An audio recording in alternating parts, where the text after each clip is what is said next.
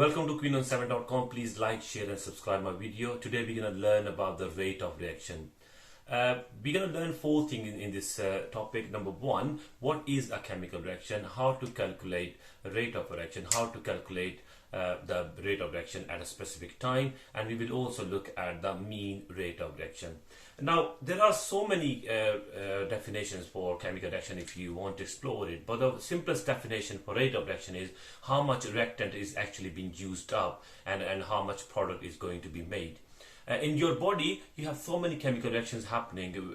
For example, there's a chemical reaction happening which provides all the nutrients to your cell to function. For example, respiration, where oxygen and carbohydrates like glucose is being delivered to your cells to produce carbon dioxide and water, and obviously energy.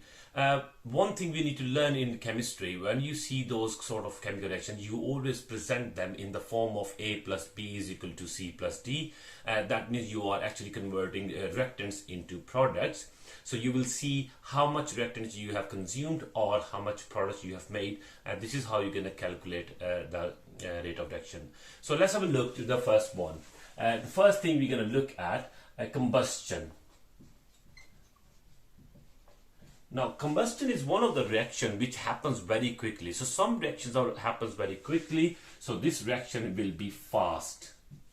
And the other reaction, for example, corrosion of iron is gonna be very slow. Both are chemical reactions.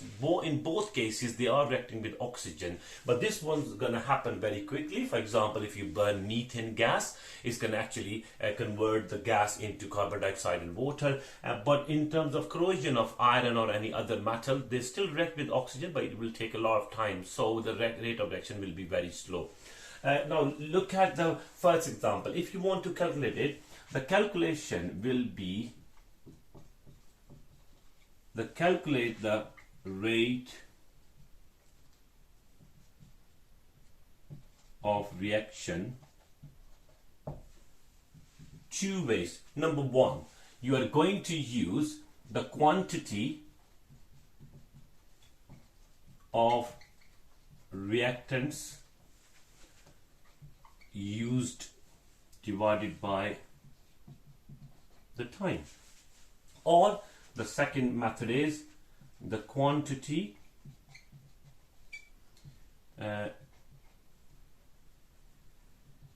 made of products divided by time.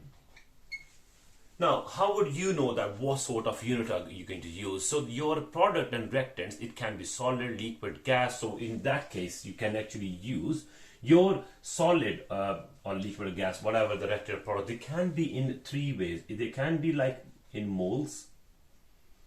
They can be, I just put slash there, or cm cube if it's a gas, or if you're producing any liquid, and then you can also use gram if it's a solid. Same goes for products, so moles, cm cube or gram. The time will be considered in seconds. So if I say question one example, 0.2 gram of you can say magnesium chloride is produced in 10 seconds, calculate mean rate of above reaction. So you would say rate of reaction, rate will be equal to, because you have produced, so you will use this relationship where you have 0.2 gram, so you would say 0.2 gram divided by 10 seconds, and your answer will be 0.02 grams per second. So grams per second will be the unit for your rate of reaction. Or what if you say 0.2, rather 0.2, you say 10 cm cube of hydrogen gas is produced in 1 minute. Calculate mean of the rate of reaction. Now here's the problem. What you need to do is you need to convert this 1 minute into seconds, because in both cases you are using time in seconds. So you would convert this 1 minute equal to 60 seconds. So you need to convert that. It can be hours, so you have to convert into seconds. Then you have cm cube as it is. So I will put the value, because H2 is the product. So I would say 10 cm cube is used. How much time it has taken to actually produce 10 cm cube of hydrogen? It's obviously 10 seconds. It will stay, sorry, 60 seconds, because we have it's in the question it says 1 minute. Then you're gonna obviously divide it. Your answer should be in cm cube per second. So whatever the calculation you're gonna get it from there, the unit will be cm cube per second. Now the next part is how you're gonna actually draw the tangent. Now there are two ways to represent a rate of reaction. Number one, so this is the first curve, that will be second. So on x-axis you will always have time in second. So please do remember that time will be the independent variable, because you are the one who's going to control that variable. It's your choice whether you're going to calculate after 1 second, after 0, 10, 20, 30, 40 seconds. It's up to you what sort of range you want to use to measure the reactant or product. Now two different ways. For example, you have cm cube. Now let's just say that you are going to represent products or reactants. Like I've just given you two examples, two different formulas, two different equations to calculate the rate of reaction. Either you're going to use the reactants used up divided by time, or products produced divided by time. Both will be represented in a different way. If you say that it is actually reactants used up, then your curve is going to be like that, because this is actually reactant on y-axis. So you start with the highest value, so you probably have 0 at 10 centimeter cube, 20 centimeter cube, 30, and then 40. So at the start you probably have around 40 centimeter cube of your reactant. Slowly as the reaction proceeds forward, the reactants will be consumed, and at some point where you can see there's a linear line, that doesn't mean the reaction has stopped. It basically, if it's not a reversible reaction, yes, the reaction will stop. But that tells you the reactants used up, completely used up. That's why you are not going to have any further line in there. Now it can be represented this way, or you can even go downward if you want. Sometimes they stays there. That means there's some sort of a reversible reaction is happening, and that's why you still have about 10 or 15 cm cube of the reactants in the solution. It can be, there are so many other reasons as well. It should be actually touching 0 if it's completely used up, but that's not what's going to happen in terms of reversible reaction. Now reactants used up, so the reactants, as reaction proceed forward, all the reactants are used up, or reaction completely stop at this point if it is not reversible reaction. And now you can represent this is for the reactant used up. This one on the other hand is going to be for the product produced. How much product you have produced. So you can say at 0, 10, 20, 30 and 40, you can see that up to this point the reaction, the product is actually produced at a stationary or at a steady rate, at that point you can say that the reaction is actually still probably going in terms of reversible reaction, but it's not completely stopped when you talk about reversible reaction. Now, based on this, I as a teacher, if I say this is the reading you have got, like after 10 seconds, 20, 30 and 40, I would like you to actually find out the rate of reaction at 20 seconds. What was the actually amount you have produced at 20 seconds for or 30 seconds for the product. So what you can do is, number one, you draw a tangent. So tangent is actually a freehand line. It's going to be a straight line, and it's obviously this. If this is going to be your 20, if this is your 20 seconds, we want to find out the rate of reaction at 20 seconds. We want that. That means that how much product is produced at 20 seconds. You're going to draw a line which should just slightly kiss this 20 seconds. I'm just going to use some straight. So this is going to be, so I am going to actually slightly kiss this curve there.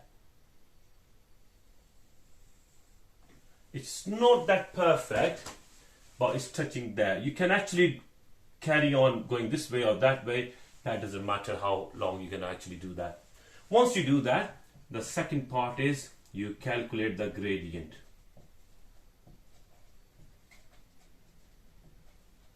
If you haven't done in the mathematics, gradient means you divide y-axis by x-axis. The value on the y-axis is actually the product, and the value on the x-axis is time. So you will be actually writing down the quantity of product divided by the time. So at 20 seconds, to do that, you need to calculate the gradient, and gradient is actually you draw a right hand triangle there. You actually make sure they both actually drawn in the form of a triangle. Once you do that, you will have a value of y, and this is x. So you will actually look at the value there. What is the value there? So from here to there, I can see that it's about 32, and this is about 6 or 7. So I will say 32 minus 7. Let's just say that is gonna be the that is gonna be the x. Y obviously is gonna be this one and up to there. So this value, I can take it from there, 40 to 20. So that's 40 minus 20. So that's 20 minus, that's going to be 25. And that will be the gradient of at 20 seconds. So this value is going to give you the answer into, if it's CMQ, you write down CMQ for the y, which is 40 minus 20, and slash time in seconds. So you use that, and that's how you calculate the rate of reaction at 20 seconds. So I'm going to recap everything. Chemical reaction happens all the time. Chemical reaction happens in your body as well. Some of them, they're slow, some of them fast. The whole in the chemical industry, the whole point is to how to calculate rate of reaction. Two ways to calculate that. Either you write down this equation, rate is equal to reactants used up divided by time in seconds, or the other equation is rate is equal to products made divided by time. Most of the time they give you the equation in the question anyway. Now these two are the things you can use if they are given the question, like I've just said in the video. You can use that and you can explain obviously how to calculate the rate of reaction. Now if they ask you specific a particular type, so one way is to give you a question and the other way is to actually give you a curve. If it's this curve and you want to find out, for example, at 10 seconds, if you want to find out the rate of reaction, I can actually do that here as well. So I can draw a tangent there. It's not perfect. So straight line, and then I'm going to draw a triangle, and this is going to be y and this is going to be x.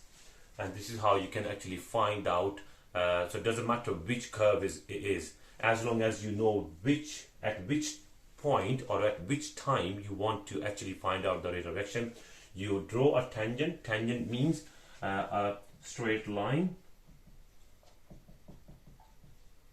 which should be actually touching the time which or at which you are trying to find out the rate of reaction. Then you calculate the gradient. Gradient means you draw a right hand or obviously left hand triangle, and that triangle you can use that to find out the rate of reaction. One more thing I would like to highlight here. For example, if they say, try to find out initial rate of reaction. Initial tells you straight away that at 0, what is the rate of reaction. That is very important. So when it says 0, that means everything is 0. So from here, you're going to go straight on the top, and then you're going to come back, and it should be a triangle there. Now, whatever you have there, it's not pretty straightforward, but whatever you have there, so if you draw a triangle, again, right hand triangle, so this is y and this is x. So you calculate the value from here, that's y, so that you calculate the gradient,